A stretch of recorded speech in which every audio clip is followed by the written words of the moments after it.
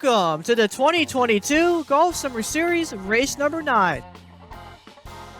Today we're here at the Papyrus Motorsports Park for the running of the General Electric Grand Prix. On this cloudy summer day, 38 of the summer's best have come to this high-speed road course that also so happens to be the biggest track in the entire schedule.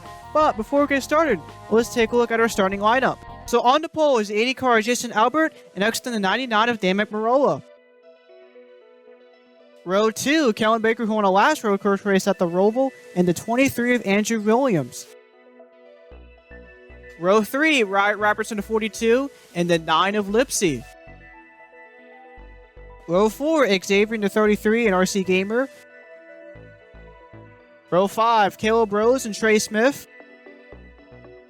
Row 6, Owen Miles and Jordan Stout. Row 7, Joe T and Ross McMarola. Row 8, Braden Carruthers and Bradley Reim.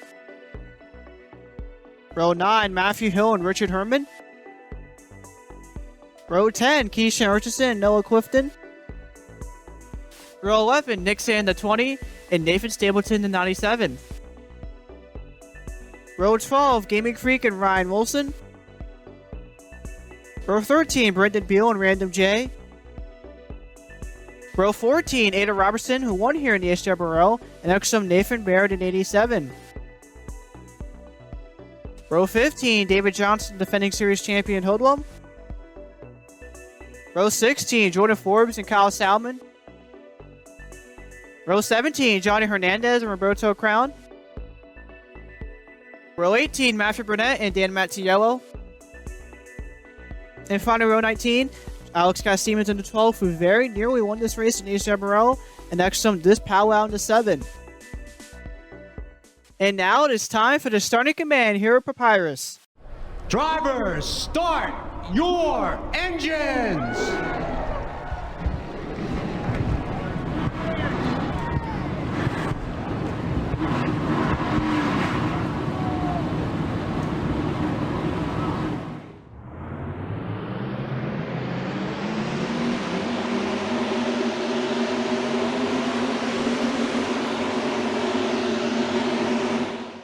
Let's take a look at the track info here for today's race.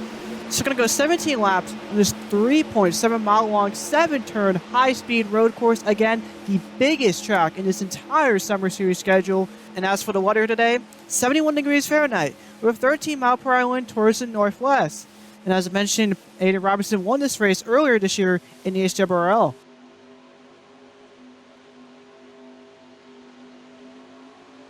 But with that being said, the pace car is already down pit road.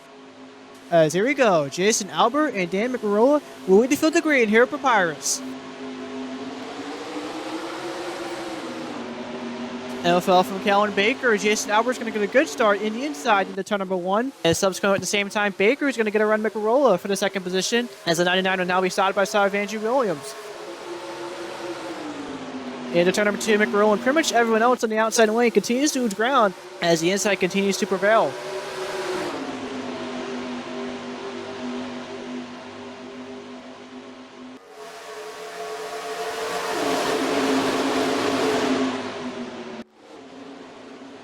Down the hill and through the really steep corners of turns 3 and 4, Baker's going to peek its nose to the outside of Albert, as that's actually going to allow the 21 to gain a lot of ground as you continue to turn number 5 as everyone hits the wall there. And of course, you remember during the HWRL race, a lot of drivers did hit that same exact wall. Don't check so far, that probably will continue to persist here in the summer series.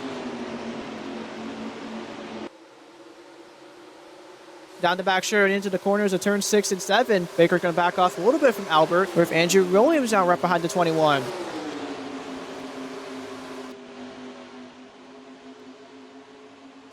Off of 7, here comes Williams looking to the inside of Baker, as Jason Albert will lead the first lap here in the General Electric Grand Prix. And now here's Baker looking to the inside of Albert into turn number 1. Side by side as Baker forces Albert to the outside of the track, with the 21 clearing the 80 car off turn number 1.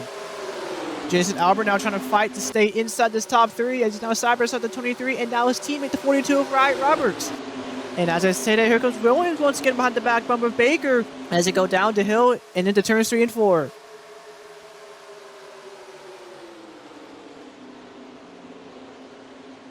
Baker moves up to the track, leaving plenty of room for Williams as he looks to the outside of the 21 as they're now side by side. In the 5, Williams now on the wall, which will allow Baker to maintain his lead. Down the back, you can see most of his top dozen or so all single file as everyone towards the back of the pack are all side by side. Williams appears to be backing off a bit from Baker as behind him McRoller will tuck into third. As they continue to turn 6 and 7 and back to the front straightaway, it's your 2020 Series champion Kellen Baker who will lead lap number 2 of 17 here at Papyrus. Here comes Williams once again for another good run into turn number 1 as he now peeks his nose to the inside the 21. Of course, both these drivers are coming off great races after the Firecracker 400. Baker came in this race 14th in points, moved up 3 spots in points, while Williams moved up 4 spots up to 5th. Down the hill, here comes Mick Rowan to 99 to challenge the 21 and 23 as they continue to turns 3 and 4. And yeah, this track, especially in these really steep corners, you can get great runs easily off these drivers as long as you avoid hitting the wall there, which is one of many reasons why this track is so unique compared to other road courses. Into 5 as Baker hits the wall again. Here comes Williams, peeking his nose to the inside the 21 before tucking right back in behind. Off of turn number 5, McRoll continues to gain ground above the 23 and 21 alongside Lipsy in the 9 car and the 33 of Xavier. Of course, both these drivers were involved in big accidents during the Firecracker 400, with Lipsy losing the points lead as he's now down to 8th in points, while Xavier fell outside the top 20 points all the way down to 24th. And there you see Jason Albert, who of course started on the pole, is already down to 6th, while Caleb Rose in the 19 is up to 7th. RC Gamer also back here, as well as Albert's teammate Riot Roberts, who just a lap or 2 ago was actually inside the top 5, but is now barely inside this top 10. It's now Jordan Stout. We'll try to challenge him in the 11. And now we cut back up front where we got another battle for the lead, with Kellen Baker now losing ground on the outside. Could possibly lose the top 5 here to Xavier, as now Mick Marola is side by side with Williams for the top position.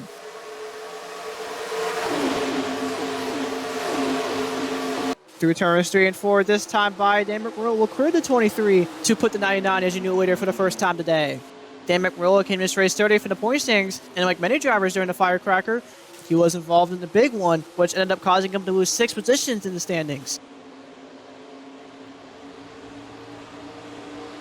You know, behind the battle for second between 2 Dodges, Lipsy the 9 cars, he's side by side of the 23.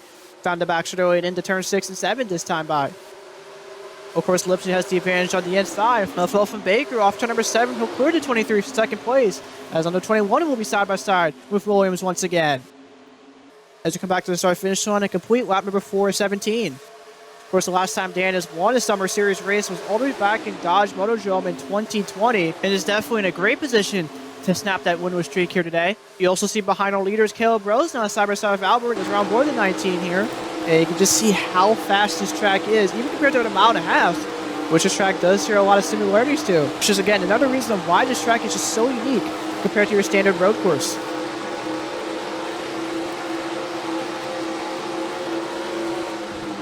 Looks like Rose will hold off Albert through turns 3 and 4 for the 6th position, as Baker is still side by side with Williams for 3rd, with Lipsy now right behind the 99.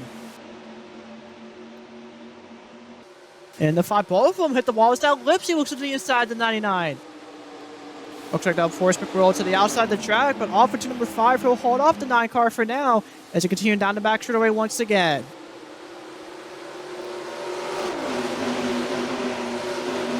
Through turns 6 and 7, Lipsy lost a little bit of ground there from McRoll, as Baker is still side by side with Williams for that 3rd position. And looks like in turn number 7, Baker's going to finally hold off Williams for 3rd as the field comes off turn number 7 once again.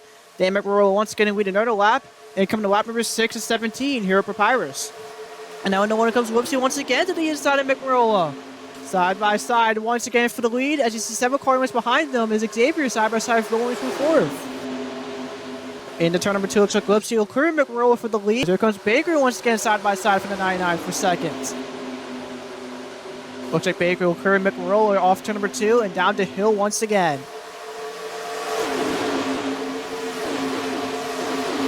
Eric McNell in the 3, McRoll is still fighting back and will clear Baker to defend the 2nd place spot, as Baker is going to go way up high in the racetrack in the 4, as here comes Xavier side by side the 21 now. Andrew Williams now down to 5th, with Jason Albert back up to 6th, and RC Gamer in the 1 car up to 7th. And you see Caleb Rose once again in 19, still in 8th, who of course came in this race actually tied as the points leader, with Richard Herman having the upper hand due, of course, to his Firecracker win. Speaking of Firecracker, there's another driver who's coming off a great finish at Daytona, that being Joe T in the 8 car. It's currently the last car inside this top 10, who came this race third in the point standings, only 3 points back from both the 95 and 19. Now we'll cut back up front, Will Lipsy will lead lap number 6 to 17 with only 11 laps to go here at Papyrus. And we'll come back to the 42. If you remember earlier in this race, he was actually inside this top 5, and at the rate he's going, he could possibly lose the top 15, as we got 3 wide for a 12 with Richard Herman in the middle, with Brad Reim on the inside. Of course, Brad Reim was the points leader for most of the Summer Series season so far, but after DNFing at both Talladega and Daytona, Brad always found one of the top 10 in the standings down to 11th. And there's the next stand, the 20, also in this mix. It's currently 14th. He came in this race 18th in the standings. Matthew, another top point contender who wrecked the Firecracker and lost positions, but only fell down 2 positions to 4th. Aiden Robertson, who of course won the Massachusetts Classic earlier this year at this place, currently with a mediocre performance as Jordan Stout continues to lose positions, as well as Trey Smith, as both those drivers have some right side damage to their cars. Ross McMurrow also back here, as he's currently trying to hold off Nathan Stapleton in the 97, as last time by these drivers were 18th and 20th respectively. Behind the 97 is the 61 of Jordan Forbes, another big-name driver who was, of course, involved in the Firecracker Big One. Ended up causing the 61 to fall 3 positions in the standings, down to 7th. We now do turns 6 and 7. Cass Stevens side by side with Johnny Hernandez in the 46, with Owen Miles also in this party as well. As you come to 10 laps to go here at Papyrus. Cass Stevens, Hernandez, and Miles are 21st, 22nd, and 23rd respectively, as neither one of them have really done much so far this year. However, Miles did finally crack the top 20 in points after a strong run at Daytona. In 24th is Brendan Beal, who is still struggling as you get closer to the halfway point here in the Summer Series. And even still, Beal hasn't really done much this year as he came in this race 31st in the point standings. Behind him at 25th is Gaming Freak, who actually also made 1 position after the Firecracker.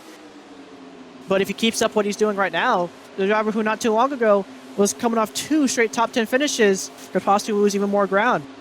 And you see Hernandez continue to lose ground to 46 as he goes 3 wide into turn number 5.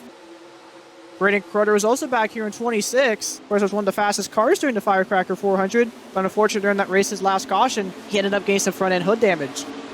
Meanwhile, Hodel, the defending Summer Series champion, is in 27th and came into this race 12th in the point standings. 28th is Dan Matteillo in the 17, who came in this race 13th in points, who fell another 2 positions after Daytona. Behind him is a battle for 29th between David Johnston and Noah Clifton. Whereas Johnston, a former road course winner here in the Summer Series, as he was able to win Watkins Glen last year. Behind those two is another battle, this being for 31st, between 2 RC teammates of this powwow, Ryan Wilson. 33rd behind them is Random Jane to 53, who came in this race 25th in the point standings. And of course, Eldora coming up as our next race. Random, alongside many other big-name drivers from the past 2 Summer Series seasons, could possibly have to race their way into the main event. We know Kyle Summers coming off a great race at Daytona and finishing inside the top 5. But unfortunately here today, he's currently 34th, and he's now side-by-side with the 87 and Nathan Baird. The 87 has had a pretty roller coaster of a season so far, as he came in this race 21st in the standings. Keyshawn Richardson, who of course ended up winning the most laps in the Firecracker, because of that, it was able to get back into the top 10 in points. But here today, he's in 36. Not having a good day at all. Pretty odd to say the least, as he nearly won a last road course race at the Roval. 37 for Roberto Crown, who was publicly very frustrated after the last race, and rightfully so, as he came in this race 32nd in point standings and hasn't really had much to talk about all year. Last place, though, now currently second to last, is Matthew Burnett in the 13, which is definitely very shocking to see, as he, of course, just won Talladega and got another top 5 finish at Daytona. Meanwhile, down to 8 laps to go here at Papyrus, with Dan McRolla back in the lead in the 99, with Jason Albert now to the inside of Lipsy for second. As we're on board with Albert here, who is coming back through the field, and if he keeps this up, could possibly challenge McRolla for the lead here shortly.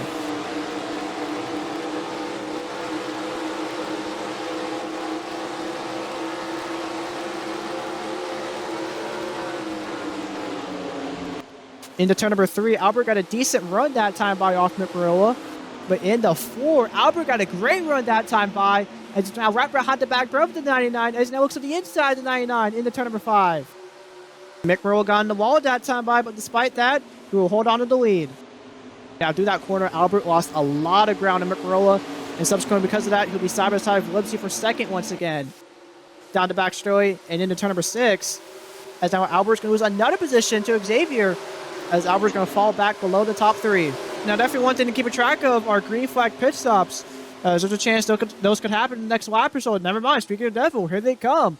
Everybody down pit road this time by, of course, led by Dane McMarilla. So there was some contract between Matteillo and Robertson on the entrance of pit road there. As now Hold'em gets spun on the entrance of pit road as he goes on his roof. With Cruthers and Gaming Freak also getting damage. So Cruthers hits the barrels in front of Noah Clifton and Jordan Stout. Oh my goodness, what just happened? We had 2 cars go on their roofs with other cars getting major damage. And this will bring the caution out as everyone continues their pit stops like normal.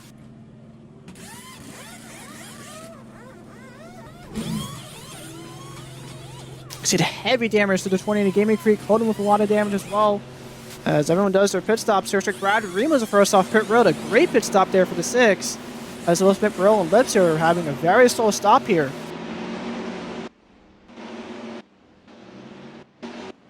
See some of the aero drivers also some of the first off this Powell, Aiden Robertson, Matthew Hill, Ross McMarilla, Stan, Andrew Williams, Richard Herman, and indeed it was Brad Reim, the first driver who was off pit road. But anyways, let's take a look at the instant replay to see what caused this very bizarre wreck on the entrance of pit road. So far at this point, nothing out of the ordinary has happened yet. But watch that 88 car of Hoodlum as it comes onto the pit road entrance. So Hoodlum joins the line here as, Gaming Freak drills the back end of Hoodlum. Carter was also coming in hot behind. Car flipping in the air there a couple times. And then watch as Carter comes back onto the barrels.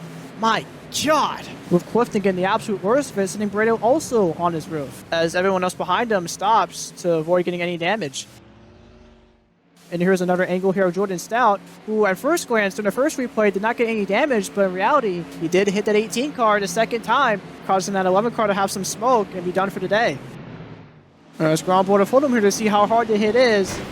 Bam! Hard hit for the first time. And here's the second time where he flips over. Oh my goodness. How is that camera was able to survive that? What a violent wreck there for the defending series champ. Let's go on board with Clifton here. So does a good job of avoiding the first part of the wreck, but then once Cruthers hit the barrels, bam, just nothing he could have done there. Definitely another big blow, no pun intended, to that 76 here this summer. Let's go on board with Random J. So avoids both the first wreck and the second wreck. Comes to a complete stop once he sees Cruthers on his roof. Definitely a good miss there for the 53. But anyways, under caution here, Papyrus for this very scary wreck on the entrance of pit road.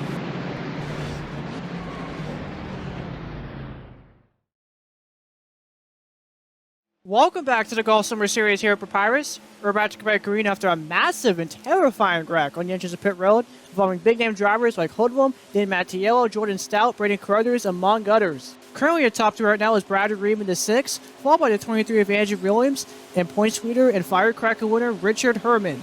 As here we go, we're back on the green here at Papyrus, only 4 laps to go. And it's going to be a great restart for Brad Reim, with Ryan Roberts already going 3 wide into turn number 1.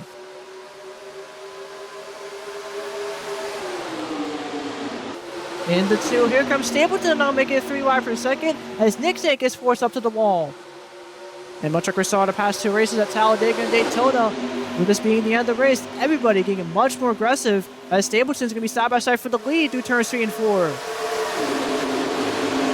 But despite that, Brad is going to get a great run through the corners and maintain his lead over the 97.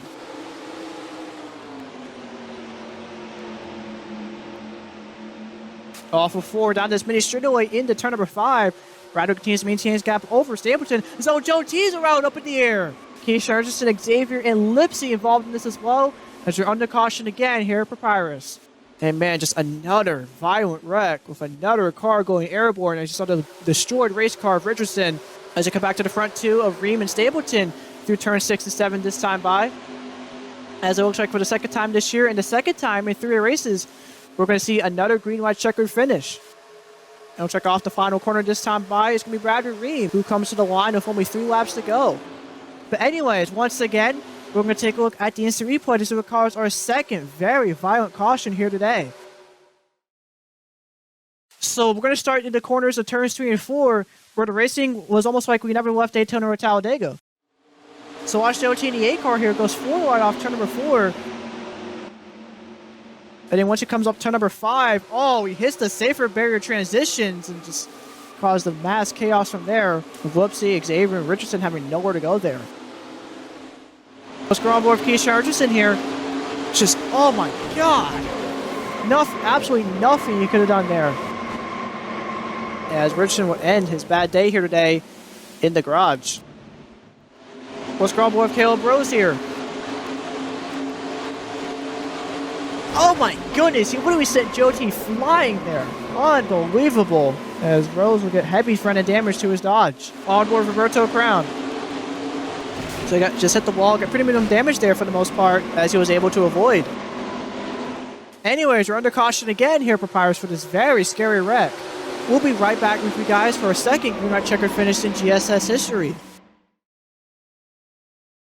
Next up for the summer series, we head to the Outdoor Speedway for the Outdoor Dirt Derby for both the heat race and the main event. Yeah, I'll be on the channel this Monday night, barring any delays.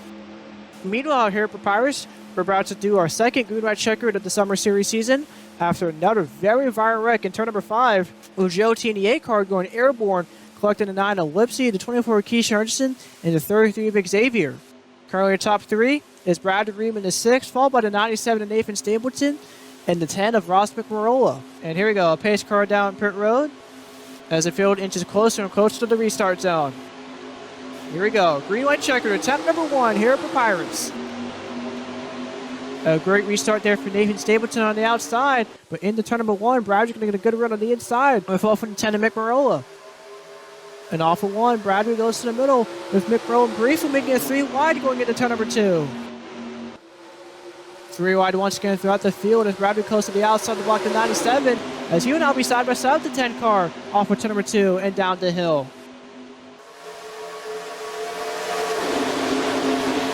And the 3, Reim's going to clear McMarola as the 10 now is going to be side by side with the 97 for second. 4, here comes Stapleton for a great run as he's going to be side by side with Bradley Reim for the lead. And the 5, this time by the 2 are door to door as they continue to be side by side for the lead, with Bradley having a SWAT advantage over the rookie. Off of 5 and down the back straightaway once again, Stapleton's almost right up against the wall as he continues to be side by side with the 6 car.